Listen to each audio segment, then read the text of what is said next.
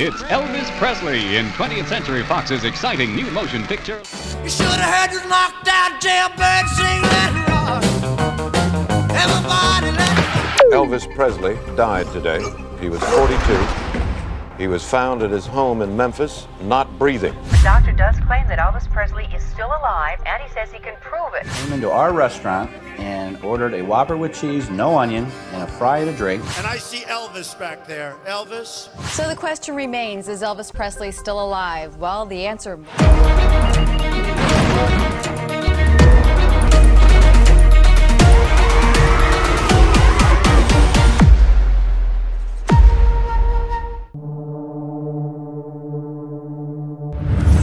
Hey guys, it's Nessie and welcome back to Neror. Kalau kalian belum subscribe ke channel ini, jangan lupa klik tombol subscribe yang di bawah. Di bawah juga kalian bisa menemukan link untuk merch Neror. Pada 16 Agustus tahun 1977 di Memphis, Tennessee, Amerika Serikat, muncul sebuah berita yang menggoncangkan dunia. Ratusan outlet media pada saat itu kocar-kacir cari liputan. Toko-toko bunga di seluruh penjuru kota itu benar-benar kewalahan dengan bejibun pesanan. Semua pesawat menuju Memphis habis dipesan hari itu. Dan ribuan orang guys, ribuan orang berbaris sambil menangis di pinggir sebuah jalan besar di Graceland, mencoba untuk mendapatkan kesempatan untuk melihat idola mereka untuk terakhir kalinya, sang raja rock and roll, Elvis Presley.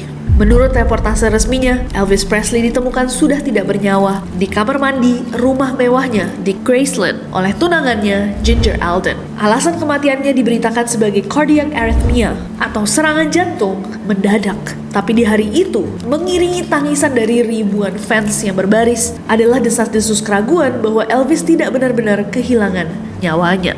Adanya beberapa kejanggalan membuat fans mulai berspekulasi, dan spekulasi itu berkembang dengan bukti-bukti yang mereka terus temukan selama hampir setengah abad guys. Bukti-bukti yang mengarah pada keluarga Presley merahasiakan sesuatu yang besar, bahwa Elvis Presley, sang raja rock and roll, memasukkan kematiannya di tahun 1977. Ini menjadi salah satu teori konspirasi yang sangat populer. Tapi memang apa saja bukti-bukti yang sudah ditemukan fans sampai banyak sekali yang percaya bahwa Elvis tidak benar-benar meninggal di tahun 1977. Hari ini kita akan bahas bersama sang raja rock and roll, Elvis Presley. So without any further ado, stop senyum-senyum, cause shit's about to go down. And now, ladies and gentlemen, Elvis Presley. Walking through a party in the county jail. Jeng, Neroris, kita kenalan dulu sama Elvis Presley. The water through a party in a county jail. Walking through a party in the county jail. Elvis Aaron Presley lahir di Tupelo, Mississippi, Amerika Serikat pada 8 Januari tahun 1935. Dia lahir dari Vernon Presley dan juga Gladys Presley. Nah, sebenarnya dikatakan nih bahwa dia itu pas lahir mustinya punya kembaran guys. Tapi saudara kembarnya yang udah dikasih nama sebenarnya, udah disiapin nama, Jesse Garon, itu meninggal pas lahir. Jadi akhirnya dia dibesarkan sebagai anak satu-satunya. Dan Elvis itu besar di keluarga yang bisa dibilang guys serba gak cukup. At least secara material gitu. Jadi orang tuanya tuh nggak punya banyak uang, tapi mereka besarin Elvis dengan kasih sayang yang luar biasa. Keluarganya Elvis ini juga bisa dibilang cukup religius. Mereka rajin beribadah dan menghadiri kegiatan keagamaan di gereja. Dan dari kecil karena dia sering banget ke gereja, dia tuh udah terbiasa nih nyanyi-nyanyi lagu gospel dan dia suka banget nyanyi. Bahkan dia memiliki mimpi untuk suatu hari nanti akan menjadi musisi yang terkenal. Di tahun 1948, keluarganya Elvis pindah ke Memphis, Tennessee, dan di sana Elvis menempuh pendidikannya di Humes High School. Sering diceritakan nih, pada saat dia kelas 8, itu guru kelasnya bilang bahwa kamu tuh sebenarnya gak punya talenta di musik. Malah lihat nih, nilai musik kamu tuh selalu jelek, selalu aja dapet C. Bayangin guys, buat anak yang bermimpi untuk suatu hari nanti menjadi musisi, pastinya perkataan guru itu rada nyelekit gak sih? Tapi bukan buat Elvis. Perkataan gurunya itu sama sekali tidak mematahkan semangatnya, dan dia masih percaya diri bahwa suatu hari nanti dia akan menjadi musisi hebat. Bahkan, dia ambil perkataan gurunya bahwa dia selalu mendapatkan nilai yang buruk, dan dia mulai berlatih sendiri. Dia berlatih bermain gitar, dan bahkan minta tolong tetangganya yang 2 tahun lebih tua dari dia untuk mengajarinya bermain gitar lebih baik lagi. Dan karena latihan terus, akhirnya Elvis jadi jago. Dari yang nilainya jelek banget, dia sampai bisa mendapatkan juara di pentas musik tahunan SMA-nya. Dan di masa-masa SMA itu, Elvis juga mendapatkan kayak semacam secercah jati diri gitu guys. Dengan kepedeannya dia mulai berpenampilan beda sama teman-temannya. Dia kalau pakai celana panjang tuh yang pinggirnya ada garisnya. Dia suka pakai jaket bolero, rambutnya sama dia dikasih jambang, nyentrik gitu orangnya. Luluslah dia SMA di tahun 1953 dan dia sempat bekerja sebentar sebagai supir truk di sebuah perusahaan elektronik. Tapi sembari dia melakukan pekerjaan itu, dia juga masih memperjuangkan mimpinya untuk bermusik. Keren kan guys, dia jadi sambil ngumpulin uang, dia bekerja sebagai supir truk, dan di Agustus tahun 1953, jadi beberapa bulan nih setelah dia lulus, dia pergi ke Memphis Recording Studio, sebuah studio rekaman milik Sun Records, yang pada saat itu lagi terkenal-terkenalnya tuh di dunia musik. Elvis mengeluarkan uang yang udah dia simpen, pada saat itu cuma $3.85 untuk merekam dua lagu ciptaannya, My Happiness sama That's When Your Heartaches Begin. Dan dua lagu ini dia ciptakan dan rekam untuk diberikan sebagai hadiah ulang tahun untuk ibunya. Dengan nih tipis-tipis harapan pada saat itu dia muncul di Sun Records, berani merekam lagunya sendiri, siapa tahu dia dilirik gitu sama produser-produser yang ada di situ. Sayangnya pada saat itu nggak ada yang ngelirik dia. Nah tahun berikutnya di 1954 datang lagi dia ke Sun Records dengan uang simpanannya dan dia ngerekam dua lagu lagi, I'll Never Stand in Your Way dan It Wouldn't Be the Same Without You. I'll never stand in your way, but it wouldn't be the same without you. Tapi lagi-lagi nggak ada produser yang sama sekali melirik dia. Baru di tahun yang sama tuh ada seorang staff dari Memphis Recording Service, Marian Keisker, bilang sama bosnya, pemilik dari tempat rekaman Sun Records, namanya Sam Phillips. Si Marian ini ngomong sama Sam, Pak ada loh satu anak, dia udah beberapa kali datang ke sini buat ngerekam lagu-lagu yang dia buat dan suaranya tuh bagus. Kayaknya nih anak ini bisa banget jadi bintang ternama. Sam akhirnya bilang sama Marian, masa sih? Iya pak, coba deh denger rekaman dia. Akhirnya Sam meminta Marian, yaudah panggil aja tuh anak kesini. Saat akhirnya Elvis datang, Sam meminta dia untuk menyanyikan beberapa lagu sambil diiringi sama gitaris dan basis. Dan awal-awal Elvis menyanyi guys, Sam itu nggak tertarik sama sekali. Semua yang dinyanyiin Elvis pada pagi itu menurut kupingnya Sam kurang baik, gak cukup, gagal total. Udah hampir selesai session audisinya Elvis ini, tiba-tiba pas istirahat makan siang, Elvis secara random menyanyikan sebuah lagu lainnya guys. Lagu That's Alright, karyanya Arthur Crudup. Dan beda sama lagu-lagu yang sebelumnya dia nyanyikan, kali ini dia tuh energik, penuh semangat. Dan Sam pas ngeliat Elvis nyanyiin lagu itu, dia tiba-tiba kayak, teng, ini yang dari tadi dia cari. Akhirnya dari situ dia mulai tertarik untuk menggarap lagu-lagunya Elvis. Di Januari 1956, Elvis akhirnya mengeluarkan single pertamanya berjudul Heartbreak Hotel dan lagunya itu langsung jadi hit di Amerika Serikat. Bayangin, single pertama langsung nomor 1. Di tahun yang sama Elvis juga menandatangani kontrak sebuah film dengan Paramount Pictures dan film pertamanya Love Me Tender itu rilis di tahun 1956 dan menjadi film box office terpopuler. Pada saat itu Elvis masih muda banget dan biar kebayang guys, jauh sebelum hype BTS, One Direction Epidemic, Bieber Fever, cult followingnya Elvis itu gede banget. Jadi dia bener-bener yang dinamakan sebagai heartthrob. Banyak banget yang jatuh cinta sama Elvis, terutama cewek-cewek. Karirnya semakin melejit ketika dia waktu itu umur 21 tahun tampil di acara televisi The Ed Sullivan Show untuk pertama kalinya. Ih merinding, tayangannya dia itu langsung ditonton lebih dari 60 juta penonton, lebih dari 80% dari jumlah penonton TV nasional. Bayangin berarti pada saat itu guys, semua orang benar-benar nunggu di depan TV-nya untuk ngelihat Elvis perform. Now ladies and gentlemen, Elvis Presley. You ain't nothing more. Di tahun yang sama dia tampil di Mississippi Alabama Fair dan itu ratusan penjaga harus dikerahkan untuk mengontrol kerumunan yang membludak banget. Cewek-cewek berteriak gak karuan waktu dia nyanyi.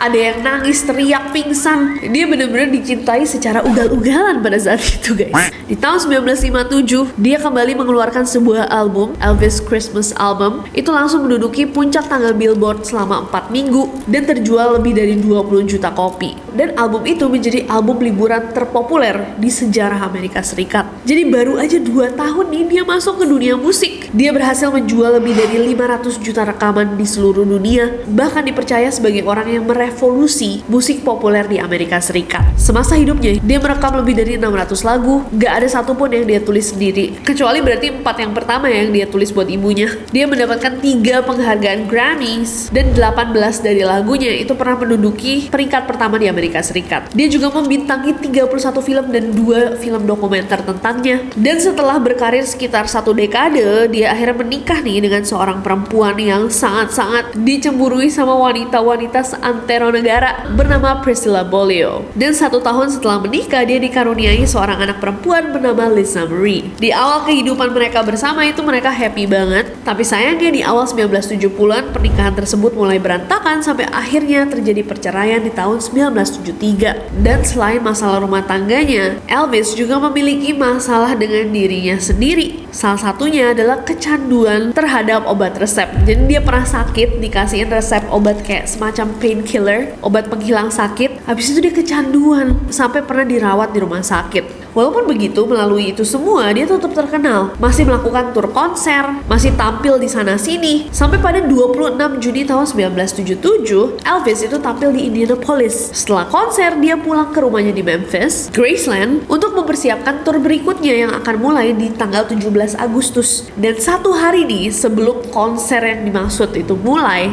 pada 16 Agustus 1977, tunangannya Elvis pada saat itu, Ginger Alden, menemukan Elvis sudah tergeletak di kamar mandinya dalam keadaan terlungkup seperti jatuh dari toilet. Elvis juga terlihat masih mengenakan celana, tapi celananya itu diturunkan di sekitar betis. Ginger yang pada saat itu kaget langsung memalingkan memutar kepalanya Elvis ke arah dia, dan dia melihat masih ada sedikit udara tuh yang keluar dari hidungnya Elvis. Tapi ujung lidahnya itu udah terkatup di antara giginya, dan wajahnya penuh sama bintik-bintik merah. Ginger mencoba untuk membuka mata Elvis, mengangkat kelopak matanya, dan kelihatan matanya tuh kayak mengarah ke depan, menatap lurus, tapi ada darah merah di sekitarnya. Akhirnya dia langsung panggil 911 dan Elvis dilarikan ke rumah sakit. Tapi sayangnya pada jam 15.30, jam 3.30 sore, dokter mengumumkan bahwa Elvis telah kehilangan nyawanya akibat gagal jantung. Dan saat itu dia baru berusia 42 tahun. Nah, setelah itu dilakukanlah otopsi untuk mencari tahu apa sebenarnya yang terjadi padanya. Tapi sampai hari ini hasil otopsi tersebut tidak pernah di-share ke publik, tidak pernah diungkapkan karena pihak keluarga memintanya untuk ditahan, dirahasiakan, dan tetap disegel selama 50 tahun.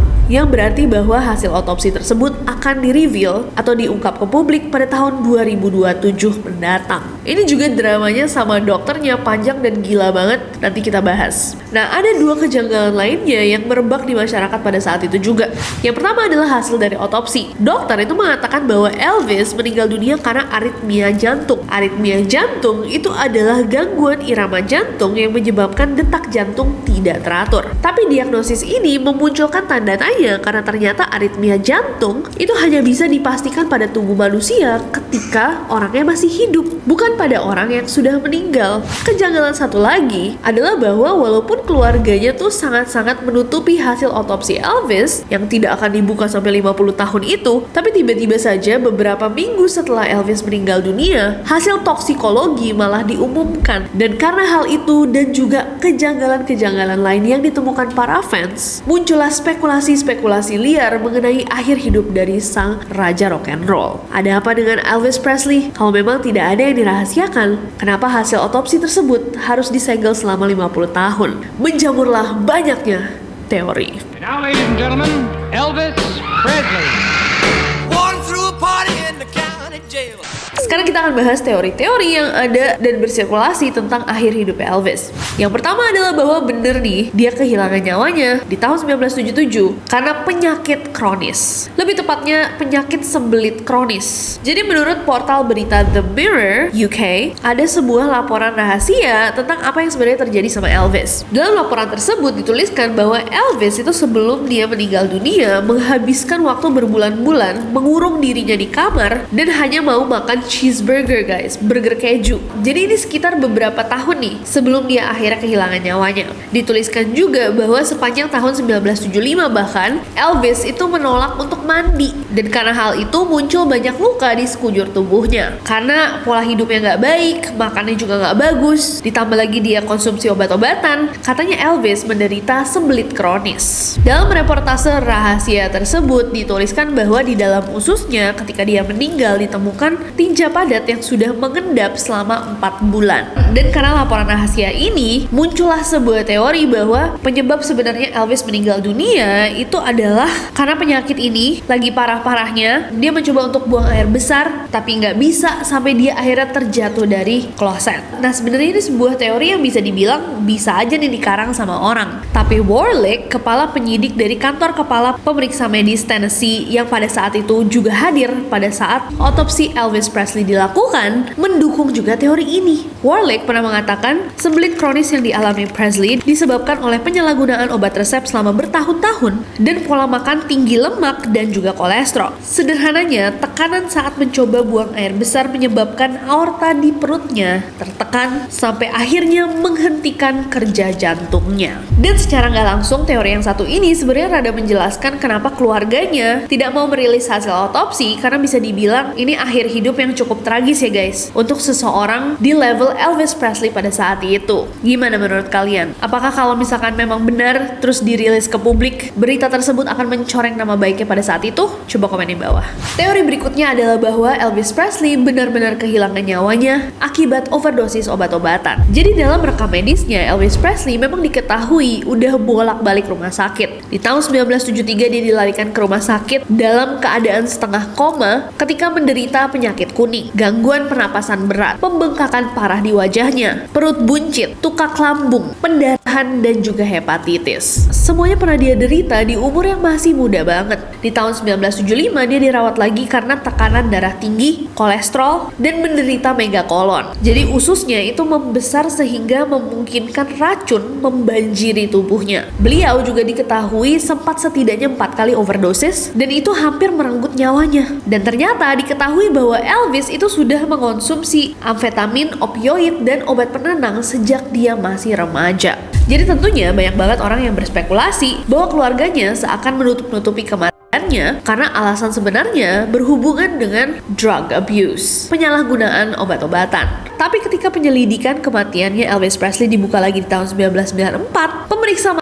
Joseph Davis itu nggak setuju guys. Joseph menjelaskan bahwa dia kayaknya tidak overdosis karena posisi tubuh Elvis sedemikian rupa sehingga dia hendak duduk di toilet ketika kejang terjadi. Dia terbanting ke depan di atas karpet, bokongnya terangkat ke udara dan meninggal saat dia jatuh di lantai. Kalau misalkan memang dia overdosis, mestinya dia ditemukan secara terlelap. Dia juga akan memakai celananya, merangkak ke pintu mencoba mencari pertolongan, dan perlu waktu berjam-jam untuk akhirnya meninggal dunia akibat overdosis. Jadi kayak ada proses yang lebih lama. Kalau misalkan dia ditemukan dengan posisi dia pas ditemuin, most likely ya dia sakit sesuatu yang instan gitu. Teori berikutnya adalah bahwa dia dihabisi oleh dokter pribadinya akibat hutang. $300.000 pada saat itu tuh gede banget guys. Seperti yang tadi kita sempat singgung sedikit, beberapa minggu setelah Elvis dinyatakan meninggal dunia, muncul tuh hasil toksikologi. Nah, hasil toksikologinya Elvis itu menunjukkan bahwa di dalam Elvis saat meninggal dunia itu terdapat dosis tinggi opiat atau obat pereda nyeri, dan ada sekitar 14 obat di dalam sistem tubuhnya. Nah, beda sama teori konspirasi yang overdosis obat-obatan terlarang, temuan dari toksikologi itu membuat banyak orang berpikiran mungkinkah dia overdosis obat-obatan yang dikonsumsinya, bukan sekedar aritmia jantung. Nah, diketahui nih obat-obatan yang dia konsumsi itu dia dapatkan dari dokter pribadinya, Dr. George Nichopoulos atau Dr. Nick. Jadi Dr. Nick ini dinyatakan sama orang-orang sebagai orang yang mestinya tanggung jawab atas meninggalnya Elvis Presley. Dan setelah ditelusuri guys, ternyata ditemukan bahwa Dr. Nick itu telah memberikan ribuan dosis obat resep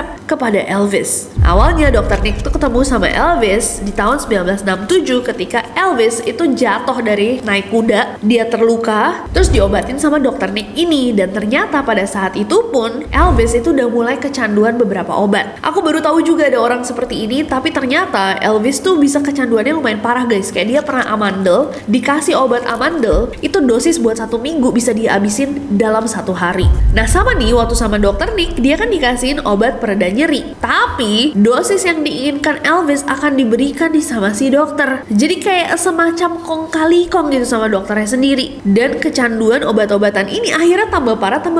Sampai di tahun 1970 Elvis overdoses guys, karena udah nggak bisa ditahan, nggak bisa dikontrol. Dan karena overdosisnya itu ketahuan bahwa dia punya nih masalah dengan mentalnya, dia diberikan obat penenang sama dokter Nick. Nah bahkan sampai 12 jam sebelum Elvis ditemukan tidak bernyawa, dia tuh nelpon dokter Nick bilang, saya insomnia jadi saya butuh obat resepan. Dan seperti biasa dokter Nick memberikan resep obat tersebut biar orangnya Elvis itu bisa nembus ke apotek. Nah tentunya ketika temuan ini keluar, dokter Nick diminta pertanggungjawabannya, dibawalah ke persidangan guys. Dan dalam persidangan ternyata dia ditemukan bener aja pernah memberikan 19.000 dosis obat kepada Elvis hanya dalam kurun waktu 2 tahun 7 bulan. Dan dokter Nick sendiri bilang bahwa memang kalau misalkan Elvis tour, dia tuh bawa 3 koper terkunci yang berisikan obat-obatan. Tapi dia bilangnya bahwa 3 koper itu ya bukan buat Elvis sendiri, sekalian buat 1 tour rombongannya Elvis. Narasinya sedikit diputar juga sama dokter Nick yang mengatakan bahwa Elvis itu maksa kalau misalkan minta obat. Bahkan suatu ketika Elvis menembakinya sampai dia terluka ringan saat dia tidak bersedia untuk memberikan obat.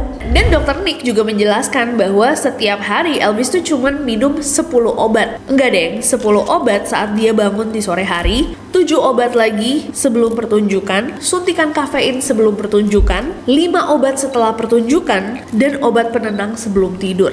Hanya meskipun dia sudah menjelaskan bahwa enggak sebanyak itu kok, hasil persidangan tetap menyatakan bahwa dia bersalah. Dr. Nick bersalah dan didakwa karena meresepkan obat dalam jumlah yang berlebihan kepada Elvis, Jerry Lee Lewis, dan juga pasien-pasiennya yang lain. Jaksa penuntut juga menunjukkan bahwa dalam 7 bulan terakhir di kehidupannya Elvis, Dr. Nick itu meresepkan lebih dari 10.000 pil, termasuk obat penenang, amfetamin, dan narkotika. Oh my god. Ditambah lagi ternyata Dr. Nick ini sempat minjem uang sama Elvis sebesar $300.000. Dan orang-orang skeptis banget ketika si dokter ngomongin ya seakan kayak ya itu nggak ada hubungannya sih sama dosis-dosis yang saya berikan.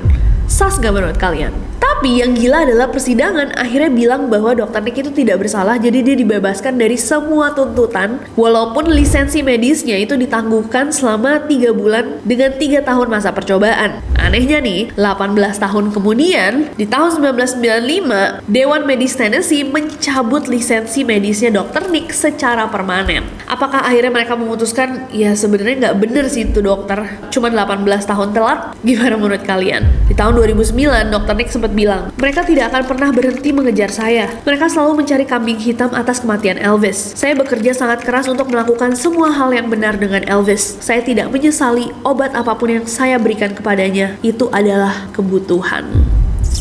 What do you guys think? Coba komen di bawah. Next. Dan teori yang terakhir yang menjadi salah satu teori konspirasi kematian artis paling populer sepanjang masa adalah bahwa Elvis Presley tidak meninggal di tahun 1977.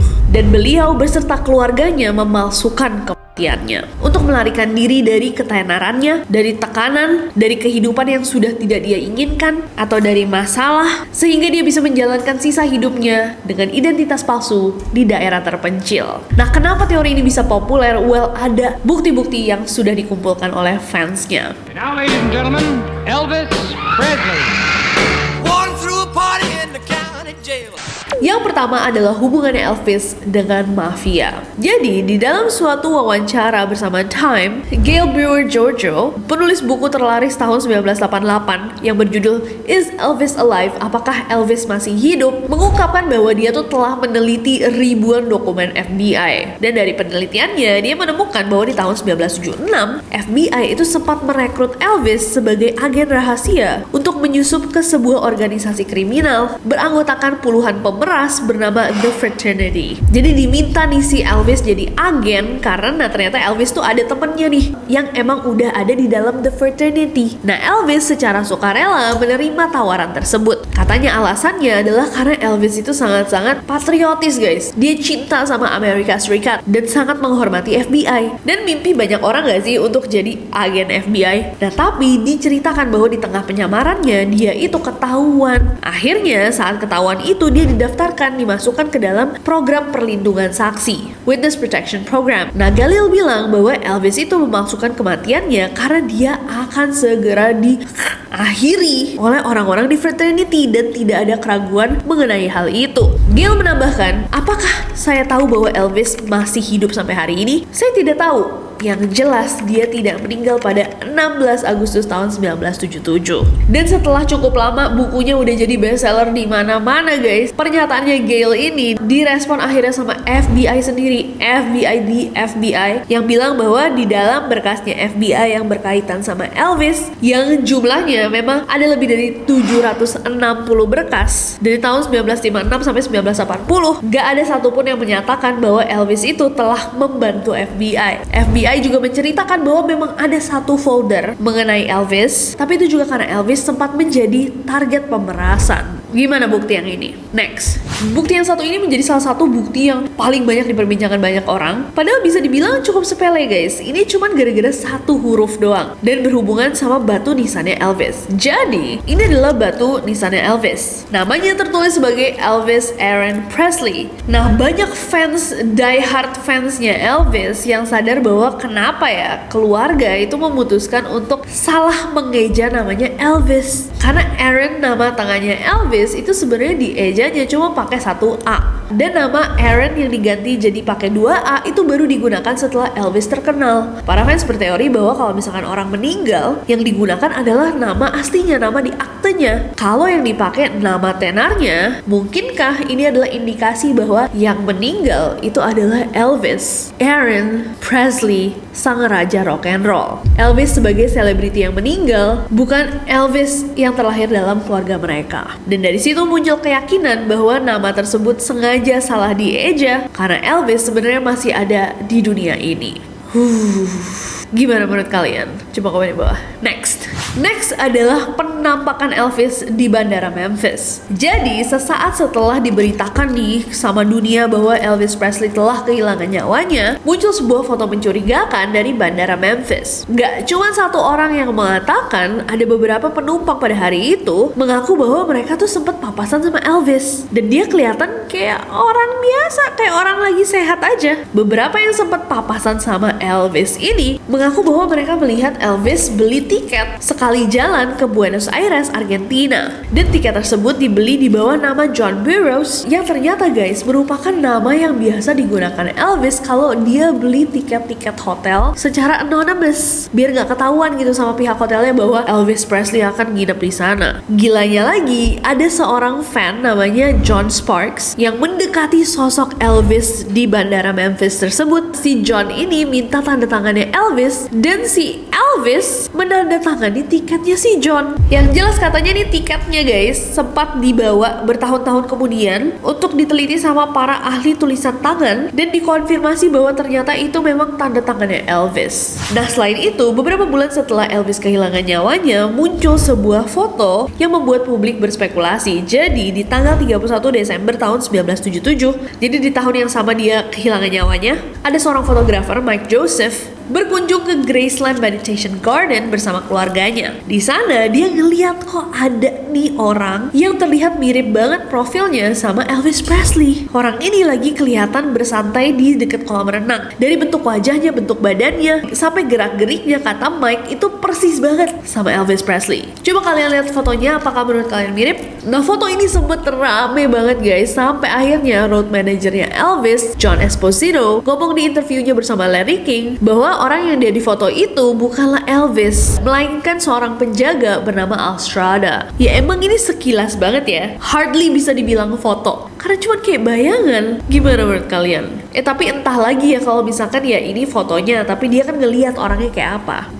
Gimana menurut kalian? Coba komen di bawah.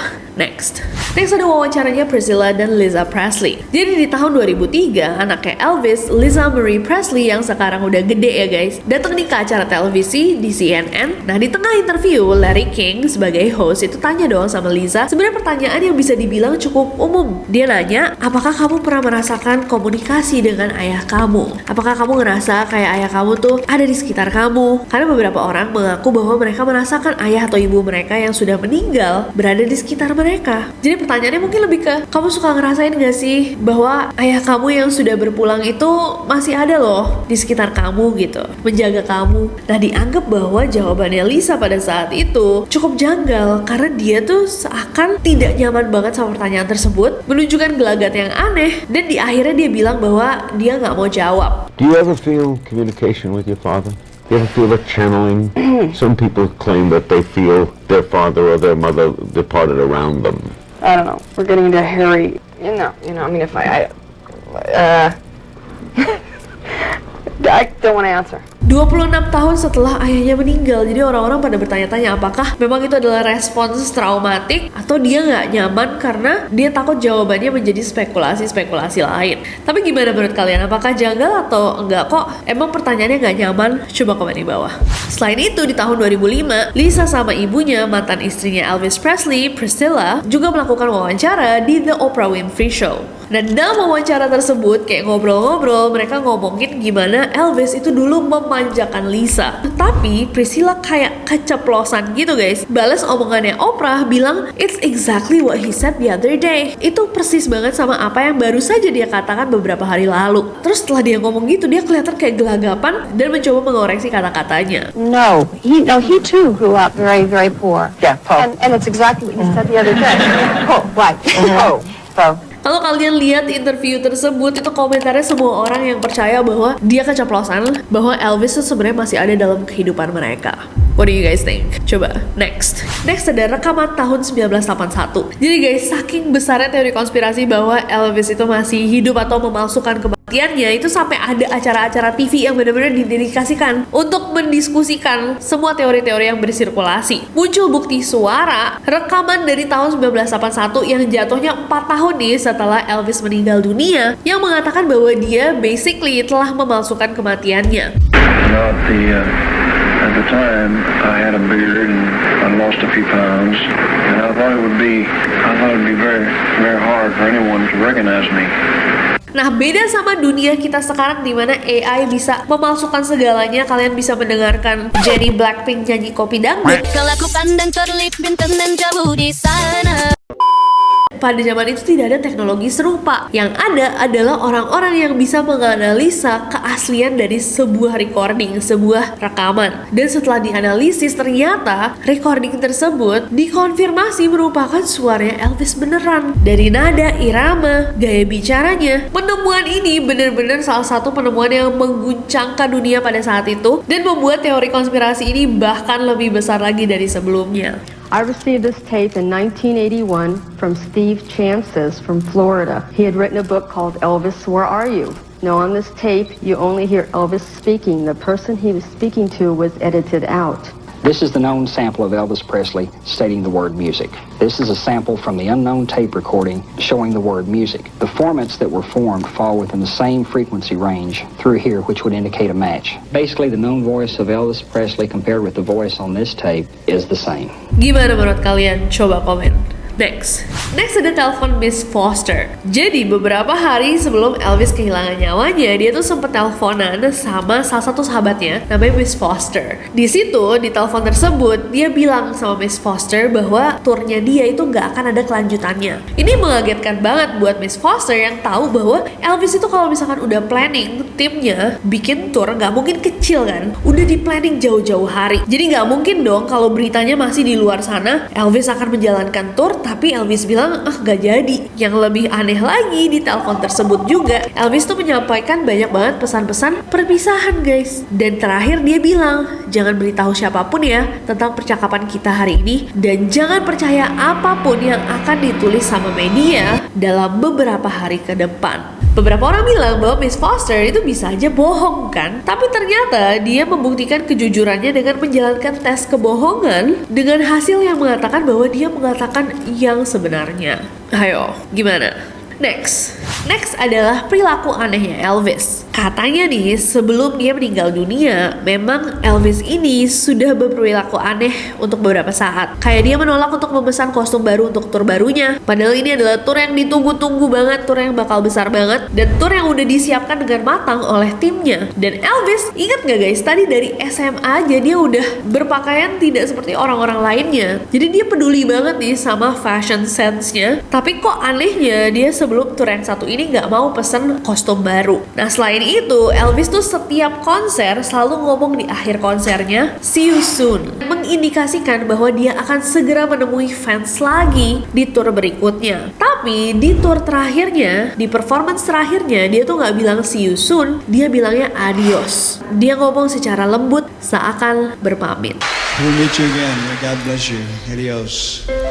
Next ada pergerakan aneh dari RCA Records dan juga NBC. Jadi dua pihak yang sangat berperan dalam karirnya Elvis ketika dia meninggal, at least sebelum dia meninggal, itu adalah RCA Records sama NBC. Nah anehnya sebelum Elvis Presley meninggal, tiba-tiba aja ada pergerakan aneh dari bisnis mereka. Jadi tiba-tiba aja mereka tuh merilis berbagai recording, rekaman, album dan segala macam. Walaupun pada saat itu orang-orang tuh udah mulai hilang ketertarikannya terhadap Elvis. Jadi seakan mereka menyiapkan ketika momentum besar Elvis meninggal dunia. Bener aja guys, semua yang dirilis dalam jumlah yang masif gak masuk akal itu semuanya habis ludes. Next ada foto paparazzi. Ini di tahun 1977 ada seorang fotografer. Dia ngeliat di kerumunan orang yang berkumpul di Graceland, yang pada saat itu emang rame banget sama fans-fansnya Elvis ya setelah dia meninggal dunia. Ada orang berjenggot tebal yang katanya mirip banget sama Elvis. Dan dipercaya Elvis itu guys, selama dia sudah vakum ya jatuhnya setelah dia memasukkan kematian,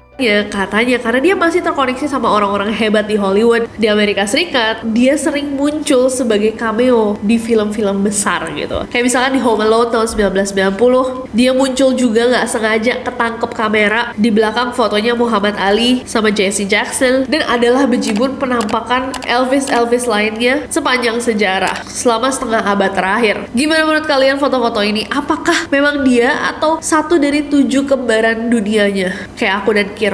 Oke guys, dan terakhir banget sebelum kita tutup video ini, jadi ada satu teori lagi yang mengatakan bahwa Elvis Presley itu dari awal hidupnya aja emang udah ada teori konspirasinya. Di awal banget tadi kita bahas bahwa dia mestinya terlahir sebagai anak kembar, tapi kembarannya meninggal dunia saat lahir. Ada banyak pihak yang percaya bahwa kembarannya itu tidak pernah meninggal dunia. Serem juga, tidak pernah meninggal dunia. Maksudnya tidak meninggal dunia pada saat lahir. Dan selama karirnya Elvis, dia tuh kerap bertukar peran gitu sama kembarannya. Teori ini juga didukung sama seorang pasien rumah sakit jiwa bernama Jesse. Si Jesse ini ngaku bahwa dia adalah Elvis Presley. Nah tentunya karena dia pasien rumah sakit jiwa, gak ada yang percaya sama dia, terutama dokter yang ngerawat dia, Dr. Donald Hinton. Di dalam bukunya yang berjudul The Truth, Elvis Aaron Presley, His Own Words, Dr. Donald itu mengaku bahwa dia merawat Jesse dari tahun 1997. Dan dia cerita bahwa selama dia merawat Jesse, dia tuh dikasihin hadiah-hadiah aneh nih sama si Jesse yang ngaku sebagai Elvis Presley. Kayak rambutnya dia, gigi emasnya. Si Jesse bilang sama si dokter bahwa sang kolonel itu yang memikirkan semua ide ini, dan kita tuh udah memberikan banyak clue biar orang-orang tahu. Dan dia bilang alasannya kenapa dia mau memasukkan kematiannya adalah karena dia tidak mau hanya menjadi bintang rock tua yang memudar. Nah, Jesse juga sering ngomongin hal-hal yang sangat spesifik sama Elvis guys, sampai akhirnya sang dokter itu mulai curiga, jangan-jangan beneran lagi nih orang ini Elvis Presley. Dilakukanlah tes DNA, dicocokkan sama DNA Elvis Presley, dan ternyata tes DNA tersebut menunjukkan hasil yang identik.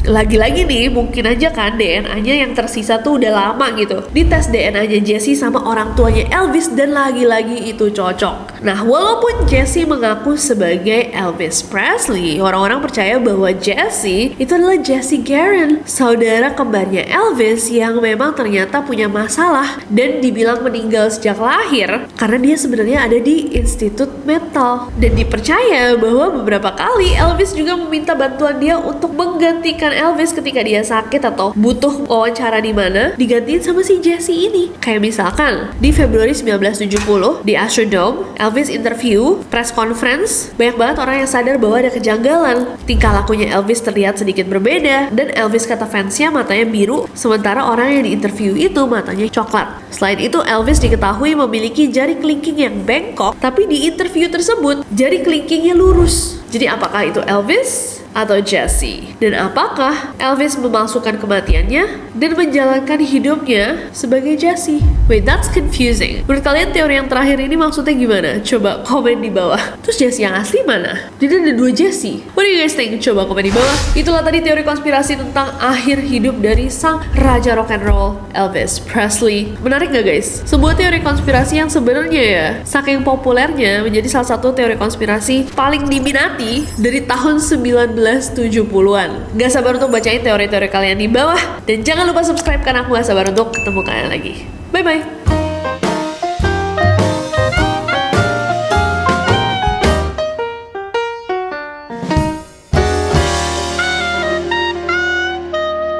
Merahasiakan Allah, sehingga memicu sesuatu yang disebut pembengkakan parah. Ketika ngobatin dia kan dia dikasihin obat pereda nyeri. Penyedari bisa